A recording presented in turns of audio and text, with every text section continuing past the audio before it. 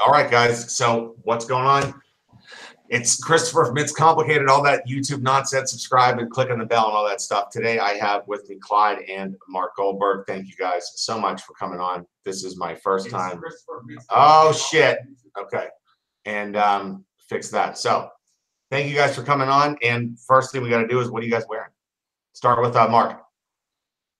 Well, I was going to tell you about the chaps that I'm wearing, but instead I'm just going to go with the watch, if you don't mind. And today I am wearing, for the quick fist watch check, can you guess? Can you tell? Red Sea Dweller. Well, you know, you gave away the answer, Clyde. You got one. You ought to know. It's the Red Sea Dweller. Beautiful. It's a beautiful thing. It's a big Clyde, thing. what do you got? Chunky. I'm wearing the complete polar opposite. I'm wearing vintage. I'm wearing the Gallet Oval chronograph. Okay. Now, you see, I also have a Red Sea Dweller, but my kids are only 1/8 Jewish, so I can only wear it 1/8 of the time that Marc does. So I have to really keep up with that. You know, Clyde, I also want to compliment you for getting here on time, because it's a little known fact, but that's a 34 millimeter watch, and Clyde can't read anything actually under 40 millimeters. So Clyde has to ask Alexa what time it is when he wears the Gallet. All right. Actually, I got the Speedy on with the Bond NATO, the Omega Bond NATO. And I had somebody comment in the comments, and they said, why don't I ask them what's on their wrist? Well, tell me, guys, I am reading the chat. So let me know what you guys are wearing, and we might talk about it. Well, Chris, before we jump into your agenda, I do have a personal question. I hope you don't mind me asking. Go for it. Well, I'd like to know if the toothpick is permanently installed, or, you know, if it's just like chewing gum of a habit. You know, some people have got a hole into which the toothpick actually, you know, it's like filling a gap. So I'm just wondering if there's some kind of an implant problem, because I got a guy in Thailand can help you.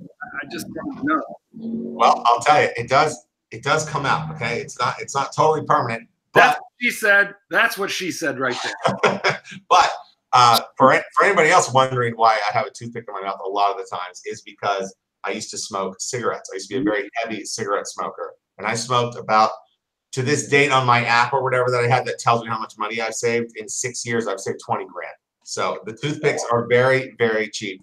And it's just, sometimes it's nice to take it out and point at somebody too and say, listen. You know, that you've given me a great idea. That might help with my dating problem, but I'm going to need a cigar. So, okay. Thank you. I appreciate the explanation there.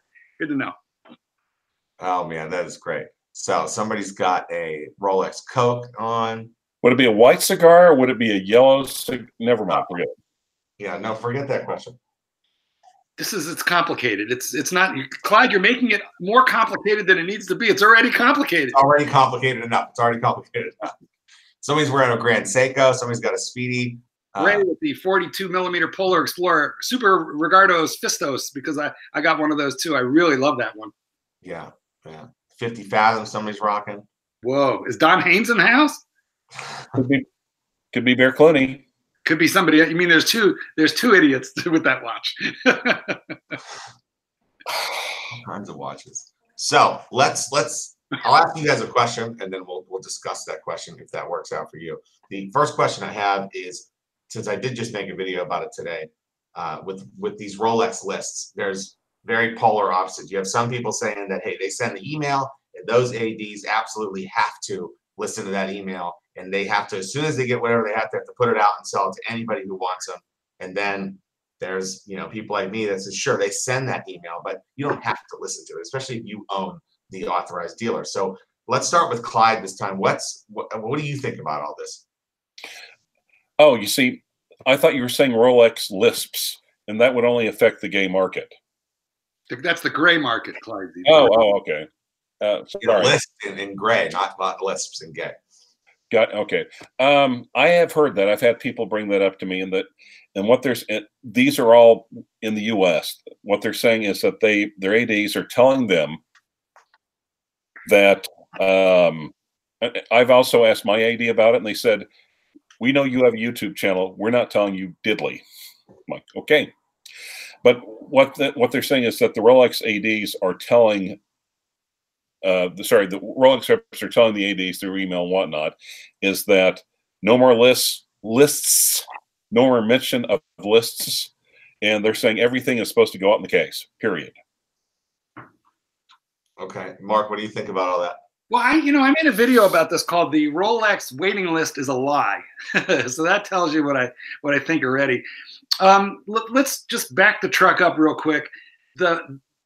We need to really define what is the Rolex authorized dealer, because I feel like a lot of people talk about Rolex as though it is like one unified thing, and it's not. You have Rolex SA Sociedad Anónima, which means incorporated in European. You have Rolex, the manufacturer, in Geneva, Switzerland. And then you have the authorized dealers, which go throughout the world. Now, the AEDs, as we know them, these are, for the most part, with a few exceptions, independent businesses. They're jewelry stores, some of them with one location, some of them with 10 locations. But they're just jewelry stores that have a distribution contract with Rolex. Now, the distribution contract with Rolex is like that thick. It is very, very specific. There are a lot of clauses. We would need a rancher or an attorney to sort that out for us. But so do I believe that, as you stated in your video, Chris, that Rolex has issued a letter to their ADs saying no more waiting lists? Yes, I believe it. I do. Will the ADs, who are like a bunch of cats, they go in whatever direction they really want to, will they listen to that? Some will, some won't. There have been waiting lists since time immemorial. And here's how the waiting list often goes. They give you a form to fill out, and the second you're out of the store, they carefully file that that piece of paper with all your data on it in the around file. Unless you're a whale, in which case you never had to fill out a piece of paper in the first place. They just gave you it the second it came in. So I think that this is a long way of saying that the waiting list is a big fat lie, and whatever Rolex tells the ADs to do, it's little more than a suggestion. They can't really control this. I agree with that. Like the person I talked to when I was out of town, they were telling me that, they have people that big customers, and they get whatever they want. If they're buying, rings and necklaces and everything else, they get what they want. I don't think they care what Rolex tells them. And definitely, I don't think there's a list from like 1 to 150. And if I go into any AD tomorrow, I can be like, oh, I want on this list. And then they've never seen or heard of me, and I'm 151. It doesn't work like that at all. But I do think that, the whales, as you put them, they get what they want, period. That's why solid steel Daytona is selling on eBay for 25 grand, because you got to spend so much money to be able to buy one at retail. You're better off spending 25 grand because you'll still save money. Think about it from the perspective of the jeweler or the AD. In the typical AD contract, they're required to dedicate 40% of their floor space, their square foot space. And then they pay rent based on the square foot, right? So they got to be in the high rent district, and they got to dedicate 40% of their square footage to Rolex, which is usually in the front of the store. It's not allowed to be in the back of the store. Like my AD has both Rolex and Omega, and they have Rolex in the front and then Omega like in the back corner. So they have to dedicate all of this square footage to Rolex, and then Rolex won't supply them with enough watches to make tons of money. The stuff that people really want, the steel sports, they've clamped down on that, which we're going to get to, right? But anyway, what that means is the AD, who typically makes 35, 36, 37% on a watch, doesn't have the watches that we really want. So what they're living off of right now is selling other brands, gold, diamond, silver, jewelry. That's how they live. And Rolex is sort of like the icing on their cake, right? So if, as you said in your video, if you have a guy as a customer to your jewelry store who's in and out of there regularly, bought his wife a pair of earrings, got his diamond engagement ring for the last 3 wives and 2 girlfriends from you, this is the kind of a guy who you want to keep coming back. So when you see that one Panda Daytona that you're going to get in a 4, 5, 6 month period, that's the guy you're going to just call him. You're not going to stick it in the case, and you're not going to go to the paper waiting list of guys you don't even really know. Agreed. Yeah, I agree with that. Go ahead, Clyde. But on the other hand, as Marc said, the distribution contract with Rolex SA, is that Latin America? Sociedad Anónima. Rolex SA. Sorry, but anyway, the contract is that thick, and if Rolex catches them violating that contract, they will yank. They'll yank their distributorship. And that's happened here locally. There was like Samuel Gordon Jewelers. They've been here since literally statehood, since literally the land run. And Rolex yanked their distributorship for violating the contract, and Samuel Gordon's is no more. Well, you know, there's a guy in here in the chat. I believe his name is Gudar, and he said that, you know, no list. I got a Daytona or whatever. And hey, maybe he's not like one of the whales, but maybe one of these ADs, because like Mark said, they're like cats, right? They can do whatever they want. You have one guy that's going to go one way, one guy the other way. And maybe some of the ADs are like, fine, they just have to go out and they just tell their guys, listen, that's all I can do. And maybe that, you know, somebody buys a Batman or somebody gets a Hulk or whatever, just walks in and randomly, I mean, they'll tell everybody about that AD. It, you know, might give them more business that way. Because there's a random smattering of ADs, and this is not just in North America. This is really kind of global. There's a random smattering of ADs who, whatever comes in, they just plop it into the case, and the first guy to walk in and ask for it, they sell it to. Yeah. You know, there also is a compromise. Now, keep in mind, it's possible for them to play both sides of the fence, literally, because, you know, as we know, Mark, do you walk into the Rolex AD every day? No. Chris, You know, every Chris, how about you? No. So they don't sell toothpicks at your AD. We've established this just now. We know this now. Now we know this. All right. By the way, I noticed your last video, you're talking about Christopher's Crystals. Right. So Rolex quit. Christopher's Crystals sells Rolex watches and 24 karat gold toothpick holders. Correct. Very exclusive dealership. Check them out. But it's possible for them to play both sides of the fence. For instance, take the Submariner, plop it in the case, and then pull out the list, or whatever, go through and thumb. Hey, this would also kind of help the ADs as well, establish more of a sense of urgency. Hey, Mike, you know, you're first on the list. We had to put it in the case, but we're going to call you and let you know what's out here. So come and running. Yeah, it's like the land rush. It's like the gold rush of '49. Yeah, I think there is a number. I think that's a real common one, Clyde. I think that happens a lot.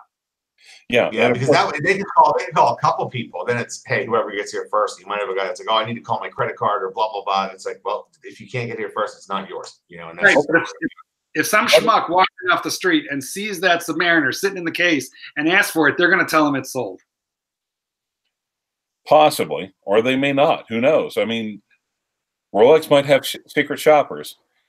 Rolex, if you want to hire me as a secret shopper, please email me at clivewatchwrangler@gmail.com, clivewatchwrangler@gmail.com. Thank you. And screw these other two guys. I mean, they're nothing to me. They are nothing to me. I just want to say that. Anyway, but you know, they may say that, but before ADs, they would say, we've got some watches in and they're waiting on people, and they would show me, and I've taken the pictures, I've sent you the pictures. By the way, what the fuck is up with your camera, Mark? It's the lighting. It's just the lighting. I'll fix the lighting. But did you put on the Sybil Shepherd setting on your camera? If you don't mind my saying so, I can fix the lighting by adjusting the drapes, which I'm going to do. But the dirty laundry on your bed, could you like move that so that we're not watching it during the entire live stream? I'll fix my lighting now. You do your laundry, and then we'll meet. I will do my laundry when the live stream is over. Sunday is laundry day. But I think, like I said, so I think it's possible for them to play both sides of the fence. I think sure they do that, I'm sure, but that's got to be the most rare, right? And if you have a watch in there and it's just sitting in the case, and you come in and you're like, "What? You're not going to sell it to me?" I mean, granted, what are you supposed to do? Who are you going to call? You know, to quote Ghostbusters, are you going to call Rolex? Like, oh, wham. They're not going to answer the phone. So they could kind of do that, and then going back to what Clyde was saying earlier, they are, you know, throwing the dice a little bit and hoping they're not going to get their authorized dealer ripped away. I don't know if you remember this, Mark, but I don't remember it. So I'm, you know, okay, I'm not, whatever. But anyways, you're not old me. I understand, Christopher. I get what you're trying to say. Before electricity, there was Rolex. Zales used to be an authorized Rolex dealer, and now they're done. And that was a national authorized Rolex dealer. Think about how much, you know, they would have had to do to lose that being nationwide. So Rolex is kind of like, whatever, we'll do what we want. And the problem for the punters, of course, is that with social media, right, we can communicate, and we are communicating regularly with people from like every continent of the globe on YouTube, on Facebook, and so we really do have a global community of watch collectors now, which is wonderful. But the problem becomes, we are hearing these stories about how one AD handles it, how another AD handles it, and then people are trying to formulate this into and to make sense out of it. But what they just have to remember, we're dealing with a 1,000-piece puzzle here where the pieces are never going to fit together, because every AD is an independent business guy and they're all going to handle it differently. Mind you, there are a few similarities. I've gone to 2 local ADs that I have done business with. They both like me, but Really? Well, they don't know me that well, Clyde. Okay. So, anyway, I wanted to put in to see if I could get a Hulk. And not for flipping, but for wearing. If I was going for flippability, I would be going for a Daytona, right? But I wanted to see if I could get a Hulk, because I didn't, I have a Submariner on order now. It'll be here next week, but this was before I had the sub coming. Anyway, I thought maybe a Hulk. And the first AD who I purchased this from, wonderful guys, they said, listen, we can't take an order for even a black Submariner now. Our list is too long. And then the other guy told me a little more information, and they said for Hulks, they have required their customers to pay 100% of the purchase price upfront. It's prepaid, and they already have 5 or 6 people fully prepaid for a Hulk. And at the rate they're receiving Hulks, they don't think they're going to be done with their prepaid list for a year to a year and a half. And they don't want to go any further out and owe people inventory against money. Wow. They won't even take my money. Yeah. That's the way it is. I tried to get that Batman, and it was the same kind of thing. They said, they're like, first of all, by the time I tried to get one, they were like, we can't even tell you when we're going to get them in, period. Like, they were done with that. For a Submariner, they were saying, at least the local one here, they were telling me, maybe, but they were like, we're still not taking names for like these lists because you figure the Submariners are getting enough, but now they're not getting enough. You know what I mean? When you were asking for the Batman, how were you addressed? Did you have the gold chains and the toothpick? I had the gold toothpick and more gold chains. Well, you see, they probably didn't want to hand Batman over to what is conceivably looks like a supervillain. Fair enough. We didn't have any makeup on, though, so it wasn't like I was the Joker. Could have been worse. Okay. You could have been a henchman. Possibly. It is possible. So, yeah. So, and again, as we've all pointed out, multiple ADs, they can all do it their own. Each one is separately distinct business entity, and they all have their own way of doing it. But,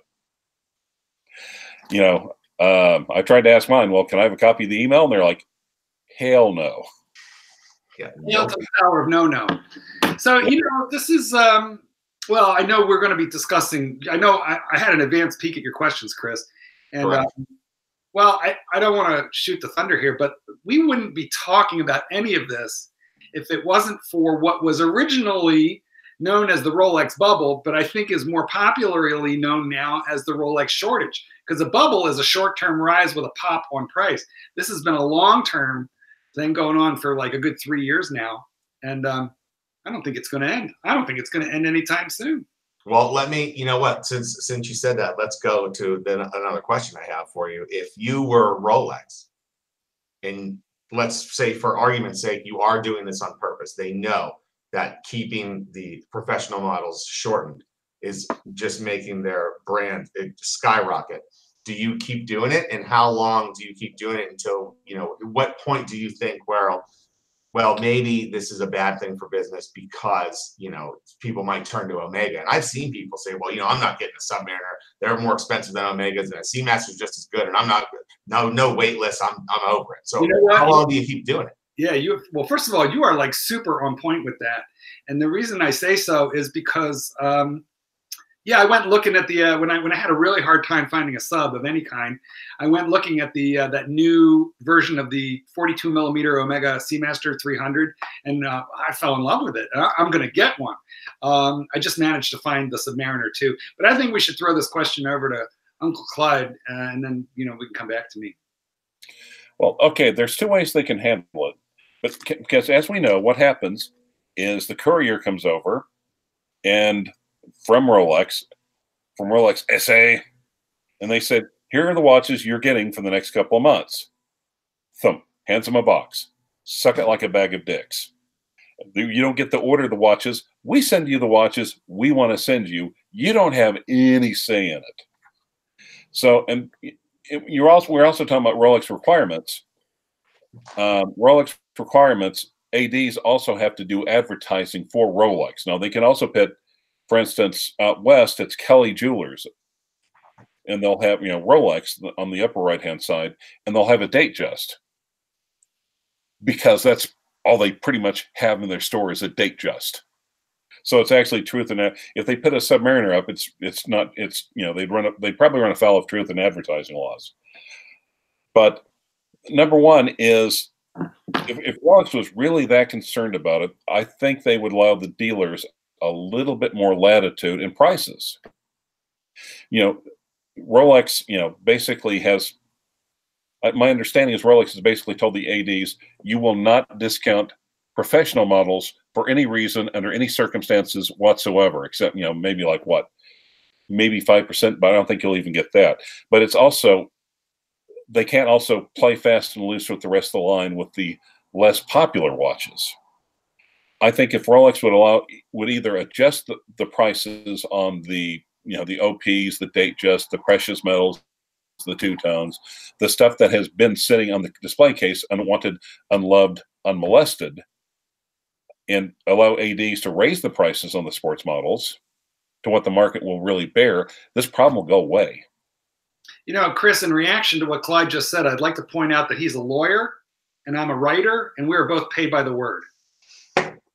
Well, the one thing I'll say with all this, what I would do if I was Rolex in this shortage, I think I would keep going. I don't think there's any reason to stop. I think you are going to have a lot of people that say, fine, fuck you, Rolex. I'm not doing this anymore. I'm not going to buy your product. But you're going to have enough people that just say, sure, whatever. I'll just keep looking for it, or I want collectability, etc.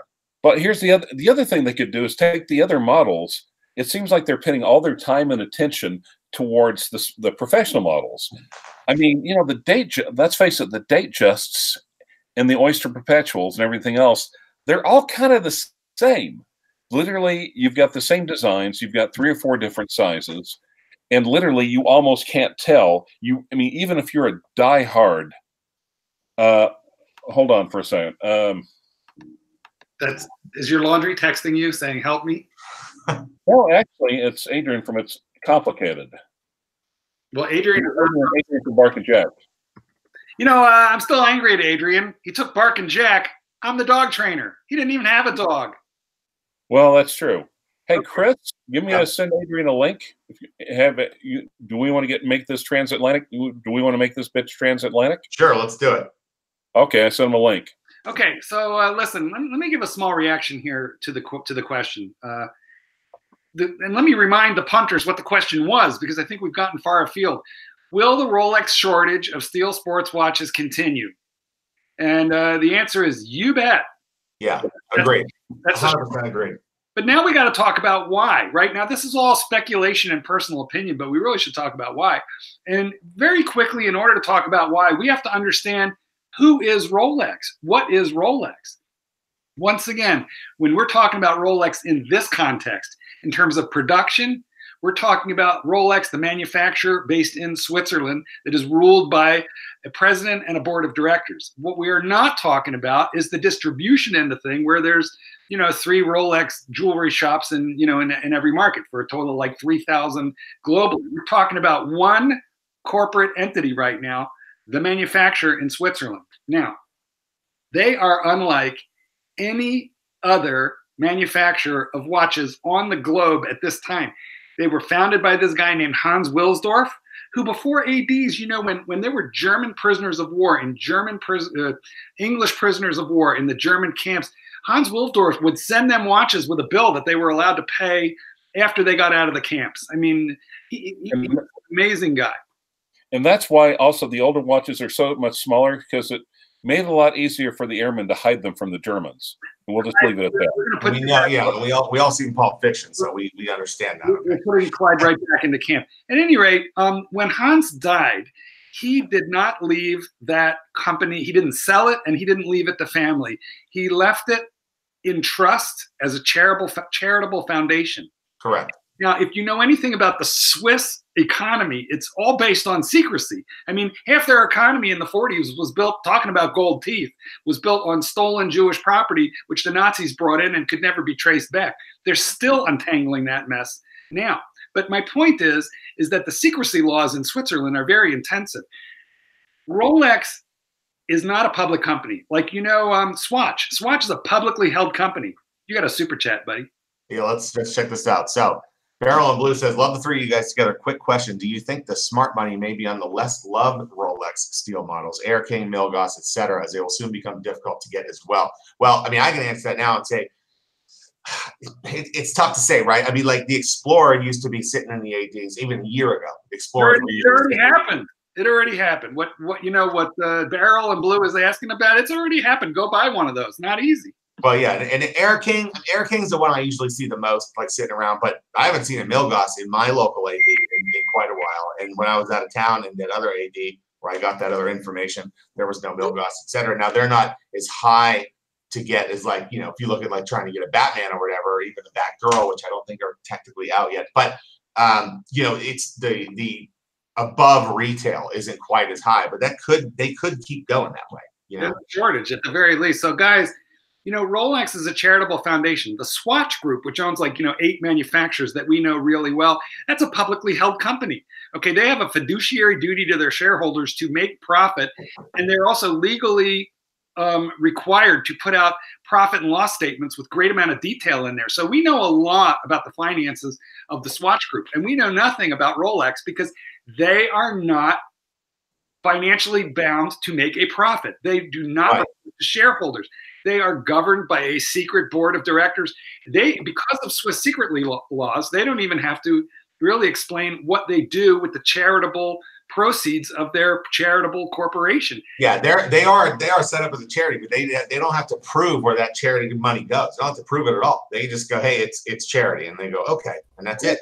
So the long and the short of it is, and then we'll greet Adrian, but the long and the short of it is this: Rolex can think, instead of thinking ahead to the next quarter when they have to report profits, they don't have to think like that. They could think ahead to the next quarter century. They could think 25 years out. Who do we want to be? And I feel that what Rolex has decided is in 25 years, they want to be Patek.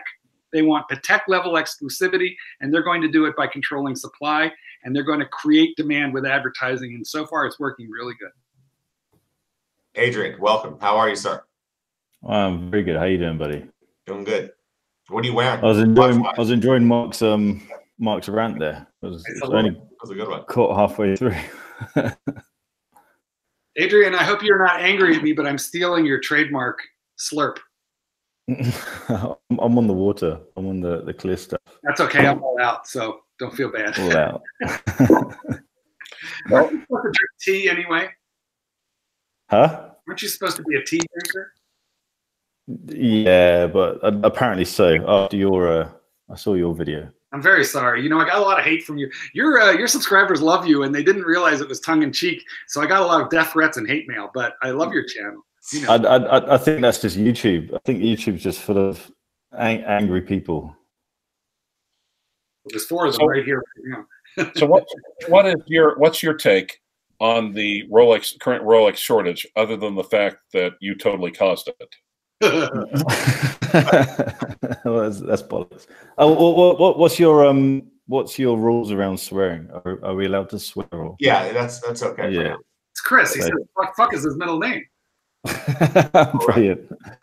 I just think the whole social media thing has kind of publicized the fact that Rolex do limit production, Patek limit production, all proper luxury brands limit their production because they don't want everyone to own what they have or what they do. We have access to pretty much free money with credit cards and all of that, and so it would be easy for Joe Blogs to go off and buy a Submariner or anything proper luxury, and so they have to limit production. Now, let me ask you a question. If you are Rolex, you will continue that, correct? I mean, that's kind of what I think the general consensus is with these other guys. Yeah, it's I kind of like it. I kind of like the fact that you have to work for it. If I go into an AD and I see a watch on the stand, you haven't had to work for it. I mean, you've got to work to save the money up for it, of course, but I quite like the hunt. And go on, Clive, you got your hand up. Unless, of course, you're Archie Luxury. I'm here. Don't worry. Unlike your laundry, I'm not going to disappear fully. Now, real quick, I want to mention one of the chats here. Ernie said there's no shortage, only a limited exclusive supply for the fortunate. Yes, I mean you're technically correct, but that means there's a shortage. If they're only making 50 of them and they can make 1 million of them, there's a shortage, and they cause it on purpose. And like Adrian was saying, that way everybody can't own a Daytona. You see somebody with a Daytona, stainless steel, etc. Not that this is a Daytona, but you see somebody with a ceramic Daytona Panda, you're like, how did you get that? That's really cool. You know what they say? You don't really Thank you, David Williams. You don't really own your place on the Rolex waiting list. You just pass it along to the next generation. Yeah, that'll be the new one. But it's such a great point, because the wait list is completely manufactured by the AD. I went to an AD event a couple of weeks ago, last week, I think. And the chap who worked there I was talking to, he literally went out the back and bought out 2 Pepsis, some crazy GMT that was covered in diamonds, and the 50th anniversary Sea Dweller. They're just in the safe, but they're easily accessible, but you have to be the right person to be able to access them. Got to be aware. You have to be the Hisham Habib of your country. Exactly. You have to have a connection. I'm not even the rancher of my country. I'm the dog. I'm the local dog guy. So I have to be creative. That's why I'm here. That is great. All right, so let's move on. We talked about Rolex, whatever. I do have a question for all 3 of you guys. Is there ever a watch that you've wanted that you just couldn't justify? Not because you couldn't afford it, and not because you didn't love the watch, just because you thought that the collectability of it is just ridiculous. It's like $1,500 for whatever you're looking at. And you said, no, if you have done that, I want to know about the watch, and I want to know what was the watch. And let's start with Clyde, since he's been pretty quiet. By the way, Adrian, I know it's really late. Thanks for joining us. You have to keep it down. You don't want to wake up Bruce. I understand that. Bruce is in bed, and she's going to be really confused by me calling her Bruce. And I'm sorry. You're not talking about Bruce Williams, are you? Because I think we better clear this up right now, guys. No, okay. Sorry, Chris. What was the question again? Totally sorry. Okay, is there been a watch that you wanted, you could afford, and you have wanted it, but you just won't spend the money on it because you just don't think it's worth it? Okay, this is perfect question, because I have a total horological hard-on for the new Breitling that's coming out. Which is the only way we've gotten one in about the last 5 years. Oh, yeah. Jesus Christ. Well, Garbage Fire's been complaining in your Hansi's been complaining in your comments for months now. Clive, why won't wait a second, guys. We got a question for Adrian here on a super chat. It said, since you're selling your Batman and you mentioned 40% of the proceeds will go to a new watch, what are you looking at? A 40mm Explorer 2 ? Yeah, a 40mm Explorer 2 is the obvious kind of direction to go down. I am tempted to look at some interesting chronographs. I don't have a chronograph in my collection. They tend to be too large, and so it'd either be something safe as an Explorer 2 polar dial, 38mm El Primero. I could explore chronographs. There's quite a few out there, or I could just keep the cash and wait until this new Omega 321 movement comes out. I don't think it's been fully released, but I don't want to take over this conversation. So yeah, pretty much Explore 2. Cool. Back to Clyde. Well, okay, and we're talking about the Omega 320, but the Breitling 806-1959. It's a reissue of the original Navitimer, all black dial, and they have nailed it perfectly.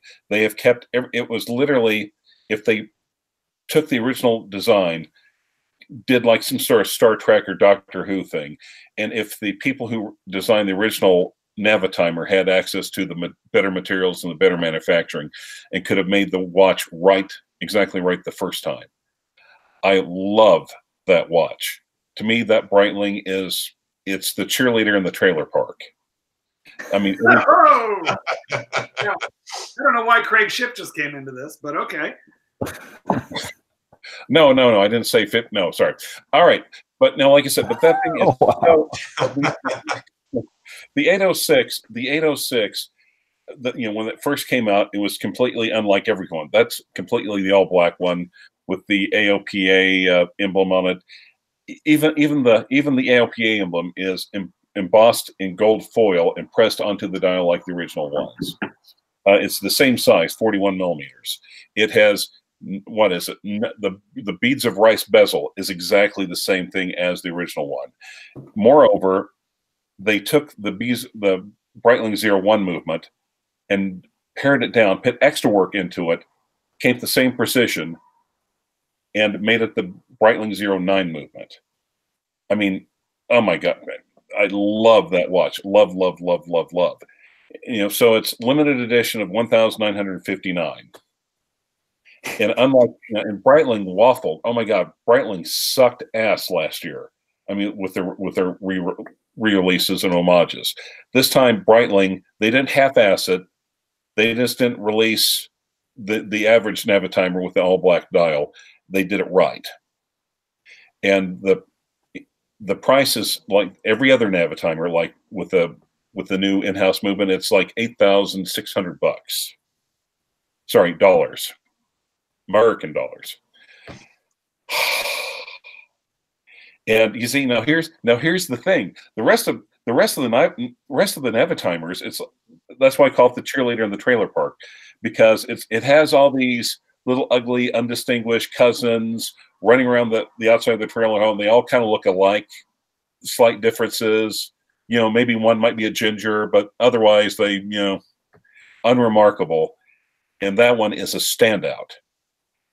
And I love that watch so much, but they're going to be cunty about it. And that's going to, any other Navitimer, they'll discount. That one they won't. Agreed. Now here's the thing. Now, and I was having a discussion with Marc about it, and he said, "Well, Clyde Z, sweetie, why don't you wait a year and get it on the secondhand market when it drops down in value?" It's just like, I don't think it's going to drop down in value. I think it's because you're a 3-year-old and I want it now. I'm not a 3-year-old. I'm not a 3-year-old. I think any limited edition watch that's limited to a number like that will at least hold its value exactly what it's sold for, especially if it's going to be popular. I mean, there's that Omega Seamaster, the Bond Spectre watch, and I was thinking, oh, maybe I'll grab one of those, and you just can't find them. There's no deal to get on them.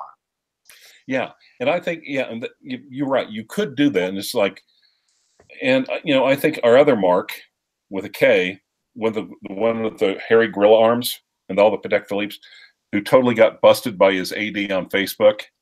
Separate story, but the trouble, he was saying, well, keep an eye out and see if they start. He said they're not going to ship to the flyover states first. See what they're doing in other areas and if they're going for above or below or whatever.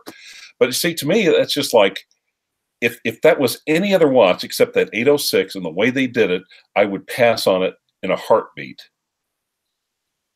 But you are going to pass on it, though, because I mean that was the question. What are you passing on? Not what are you buying? He's paid by the word. I'm tempted about this, and the reason I'm not passing on it is that I just love that damn thing so much. But is that the sort of watch you should pass on, or is that going to be the watch that you're going to be sitting there like I'll be sitting here in 2020 saying, "Motherfuck, why didn't I get one of those for 8,600? Son of a fucking bitch." If I were you, I would go to some Breitling forums and see what other people are saying. I mean, is there a lot of hype? If that hype train's rolling, it might be time to buy that watch. Okay, Adrian, I'm going to ask you as a personal favor not to create a shortage with the Breitling 806s like you have with all the sports Rolexes. Could you do that for me? I'm going to quote. I'll do that. Breitling is soft, fuckers. Breitling is soft. Yeah, I'm not a fan of Breitling. I think they're bringing out some, like you say, some better looking kind of vintage inspired pieces, but I'm not a massive fan. Well, true, but on the other hand, let's look. Is anyone really lining up to get APs other than the Royal Oak and the Offshore? Are the techs really going for anything other than the Nautilus and the Aquanaut? Yeah, The rest, even those take a dip compared to the money that you spend. So just to say that, and even with Rolexes, it's not like Rolex is selling everything. If you go into an AD, or sorry, Date Just or Us, they'll have, yeah, that's what every AD needs to be called, Date Just or Us, because they haven't mixed nearly the amount of unobtainium into the 904 steel in their classic lineup as they have their professional lineup.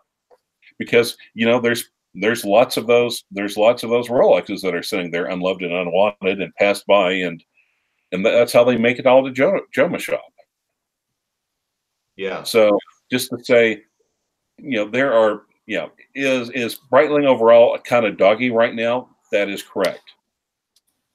But still, well, with the limited, anything that's limited edition like that, they say, hey, we're only making so many of these, and that's it.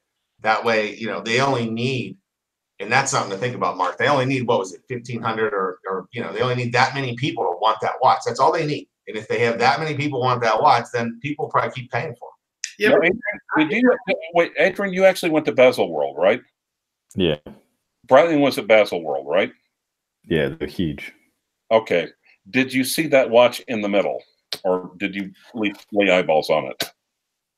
Honestly, I didn't look at Breitling apart from to take a video of some display that they had. I'm not too interested in what they're doing. And also, they were, out of all of the brands, they were the most closed off. You can see all the watches on the outside of the kind of office blocks that they have. But there's no way you could even get close to the insides. Actually, you know why that is, Adrian? You know why? Why is that? Well, that's because they have a security problem trying to keep out the hordes of people who want their money back for all the value by buying them at retail value. So they have very strict controls on how you're able to penetrate into the perimeter of the booth. That makes a lot of sense. Yeah, security. Well, but okay, sorry. I'm actually going to go have I think I'm going to have a cookout with my sister, and my daughter is going to join us. So, and of course, sister throws a bunch of plans out, and I'm trying to get in touch with her now to try to firm it up. And of course, dead air. So, you got any clean laundry to wear for when you go out? How about that blue shirt behind you?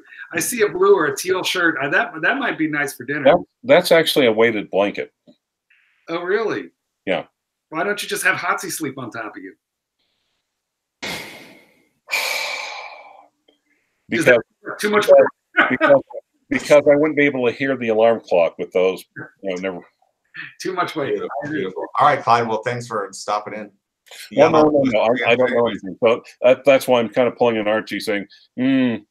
Now, wait a second. Before you go, so you're not going anywhere just yet. Right? I'm not going anywhere just yet. I'm just saying. Okay. I've got a microphone. He's not leaving. He's got an audience. He's going nowhere. Fair enough. So let's go to Mark. So what do you think? All right. Let's bring up another example. Okay. Now another channel which is not Cardinal approved was a little more time. Go ahead. Exactly. And also, Mother is very cross with you. You know who you are. Now, the thing is, they talked about the Nomos Club 774. A couple, somewhere like the low to mid twos. Nice modern watch, nice in-house movement. What? Nice in-house watch, nice in-house movement, but it's like, would you get a Nomos? Can you not hear me? Me personally, no. I mean, not right now. Why not? It's just they just don't 100% do it for me, so to speak. You know what I mean? They're very minimalist kind of looking. I agree that the in-house movements and everything are nice, and it's certainly a nice watch. It's just not quote unquote my style, so to speak. Nomos in Spanish is very close to no más, which means no more, don't go there. So I'm going with the Spanish interpretation of that watch brand, and it's basically the way it just translates into the word shitter. So that's why I'm not interested. All right. Yeah. All right, Mark. Now, what's the one watch that you find, if you have one? I don't even know if you have one. Now, I know I'd like, let's give the audience a quick moment because you've been listening to Clyde. Everybody stand up, turn around, do a jumping jack, quick stretch, sit back down. Okay, I'm not going to tell you about mine. I'm just going to show it to you. There it is. Oh, wow. Yeah. See, now that watch there, that's the Sky Dweller in rose gold with a chocolate dial and Arabics. How much does that go for? Well, by the time you pay sales tax, or what is the VAT in my area, you will have spent $53,000 American on this watch. Now, if I liquidated most of the collection, you know, I could get there, but fuck. So instead of spending 53 on this, I got a two-tone when it came out. I got a two-tone for 14. Look at the difference. 53. Well, that Same watch in two-tone, 14. That looks like someone took a shit on top of a bar of gold. You know, don't be bitter, Clyde. I'm sorry that I brought up your weighted blanket, and don't eat any more Tide Pods right before we broadcast. Just real quick. Okay. Anyway, Well, what about you? too much money. I think there's kind of two that jump to mind. One is the standard Speedy Pro. I love the watch. I think it's a great watch, but you see them everywhere. Everyone's got them. Yeah, exactly. It's one of those watches that you can't fuck with it. It's a great watch. It's a great looking watch. It's got awesome history, but they're everywhere, and I just can't bring myself to get one. And then the other one would be a date just pretty much any date just, again, because they are everywhere. They're kind of people's gateway drug into watches. Both of those, both awesome watches. The standard date just with the fluted bezel, love it. But again, they're everywhere. I mean, you're certainly correct. They're everywhere. I mean, that's how I got into watches. Was my dad had a date just, and then I bought a date just with my first watch. I actually just bought another date just somewhat recently. I got rid of my first date just. But you know, for me, I'm going to go totally off like left field out here on my answer. Mine is a Seiko G7 57 5000, which was the Octopussy James Bond watch. And that watch, it's just a little digital watch, you know. So there's nothing like, oh, well, you're going to get it and you're going to have it for the rest of your life and pass it down, et cetera, et cetera. And if you try to find them, there's none on Chrono 24. And if you look at it on eBay, there's a bunch of them, but they're all from the same seller in Romania, which kind of is questionable. And they go anywhere from $1,500 to $2,500, and they're all just sitting there. They're not selling. If I could get one for like $600-700 and it was in decent shape, I'd go ahead and do it. Why not? You know what I mean? I think it's a pretty cool digital watch, but I can't justify spending $2,000 on something that who knows how long it's even going to last. You know what? Do any of them have best offer enabled? Make an offer enabled? They got make offers, and I've made some low offers, and it's always nope. Yeah, I was going to say make an offer, and the reason is, and not only make an offer, but if you've gotten the offer rejected, at some point, you know, I've become the eBay expert. By the way, the Submariner that I got for $8,500 full set, they rejected my $8,500 offer, and then they came back to me a week later and said, "Would you still pay $8,500 for it?" And anyway. I'm a little off target. They wanted $8,000. They found box and papers. It was an orphan, and then they found the box and papers. And they said, but they came back to me. We had finished with each other. And I'm just saying, they came back to me and said, "Would you pay a little bit more now that we have box and papers?" Sure. So anyway, you should contact that seller and just explain your story. And the fact that he's in Romania, I wouldn't really worry about that. And I'll tell you why. Because if you're paying with eBay and PayPal, if there's any problem, you can just reverse your transaction super easy. You get great backup. And if you offer to kind of talk up his review the watch, mention where you got it from, he may give you your price. It's possible. I mean, I'm not so worried about buying from Romania because it's in Romania, because of like my money with eBay and everything. Like eBay is pretty secure. Well, I should say very secure, especially if you're the buyer. but it feels like this guy, and maybe, who knows, maybe he's an expert or maybe he's a huge Octopussy fan. I don't know, but it's like the same guy bought them all and then listed them all. You know, he fixed them. Some are refurbished. I guess I wouldn't 100% worry about it being 100% original with box of papers and yada yada, because it was just a Seiko digital watch that was, you know, made in the 70s. It's your little grail. By the way, Clyde's going to love this one, and this is true, Clydesy.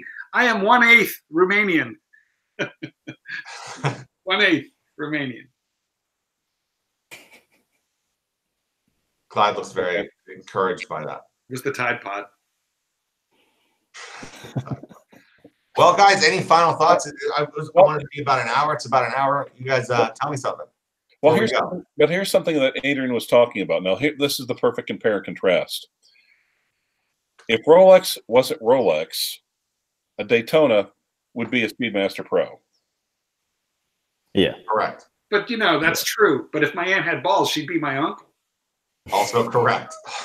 Well, maybe, unless they were surgically attached.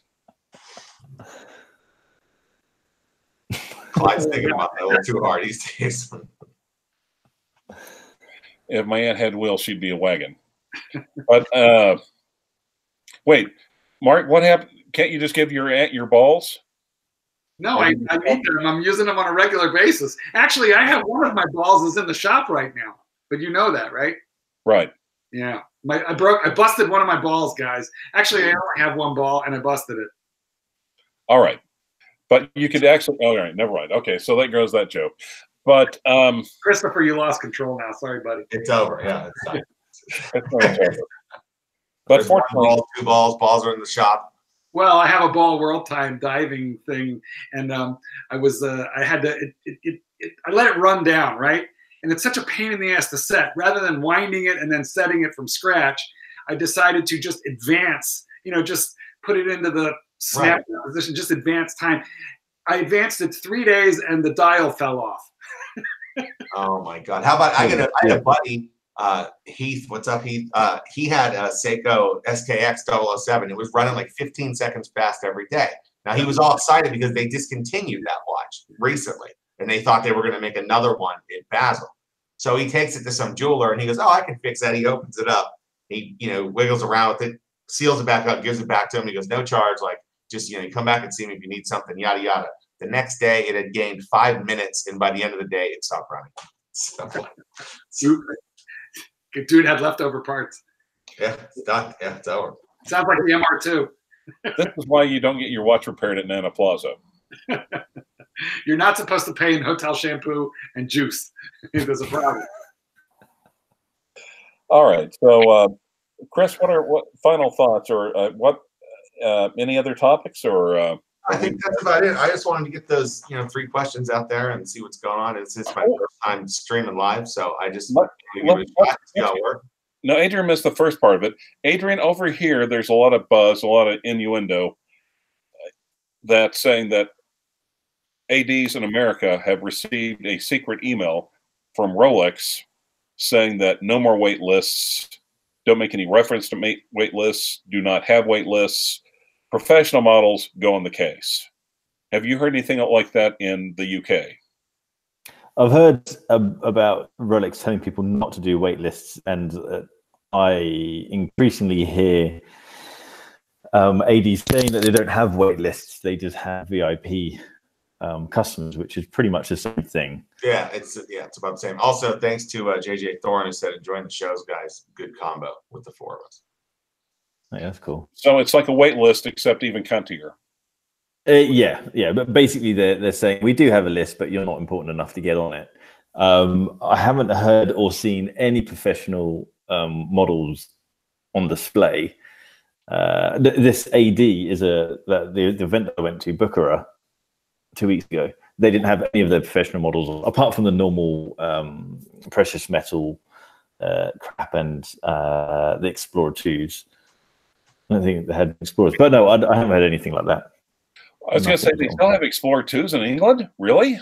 You know, the UK is that you've got some of the crappiest consumer protection laws, because only in the UK will the AD hold the card on a professional sports model for 1 year. Oh no, it's against the it's against the law. Well, I can tell you, they can't. They don't do it here, and they would if they could.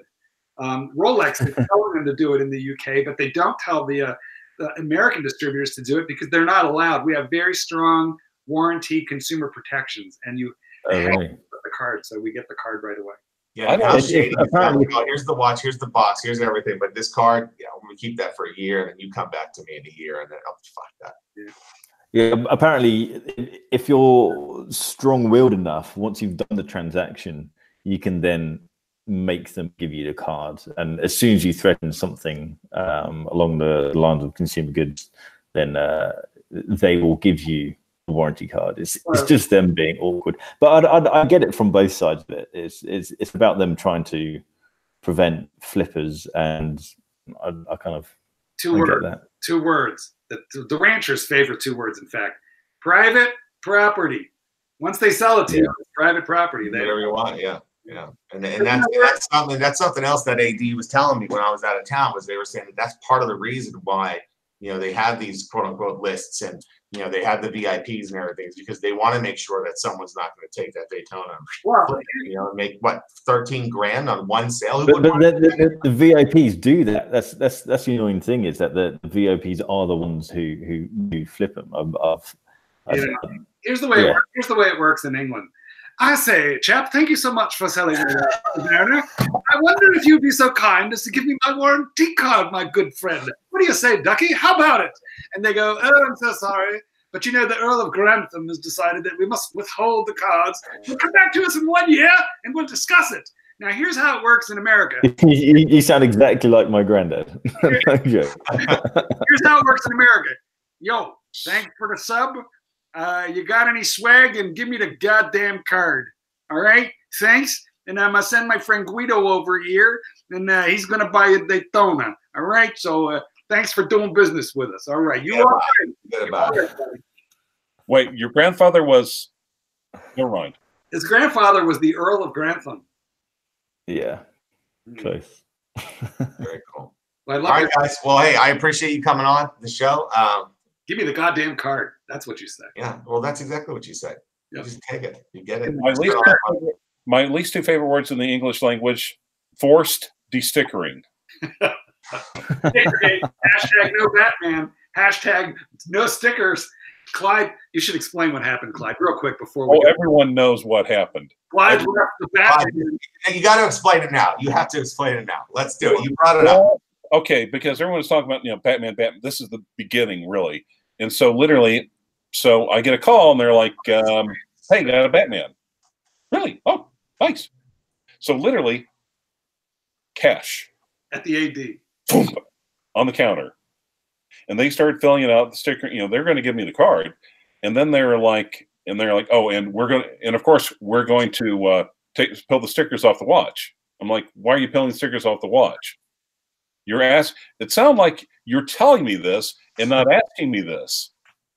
And I'm paying you MSRP for the watch. And basically, yeah. What? You're a 3-year-old, Clyde. Yeah, well, no, I hate to say it. My stickers. No, yeah, I hate to say it, but I did come from a very long line of itinerant Irish farmers, and the Irish farmer came, what? You know, turn that sticker off? Yeah, no way. I don't think so, son. And what did you do, Clyde? What'd you do? I walked away. And the thing is, he didn't take that money back. Yeah. And the guy was Paul Jackie's like, no, this is Rolex's Paul. He actually forwarded me a copy of the email from Rolex. Said they've got to do this and do not sell to all the following individuals.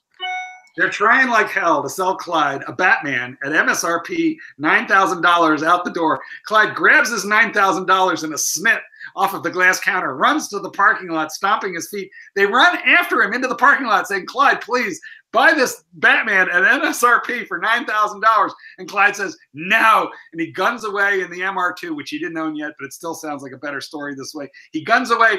8 months later, that $9,000 watch is worth $18,000, and Yeah, absolutely. I wish I had the MR2 then, because at least I would have left an oil slick in their parking lot. Grease the little tires too while you're at it. All right, guys. Well, that's the show. Thanks again for everybody for watching. Thanks for all the super chats I had. Really cool. And we'll see you next time on another episode of It's Complicated Live with Marc, Clyde, and Adrian, special guest. Cheers.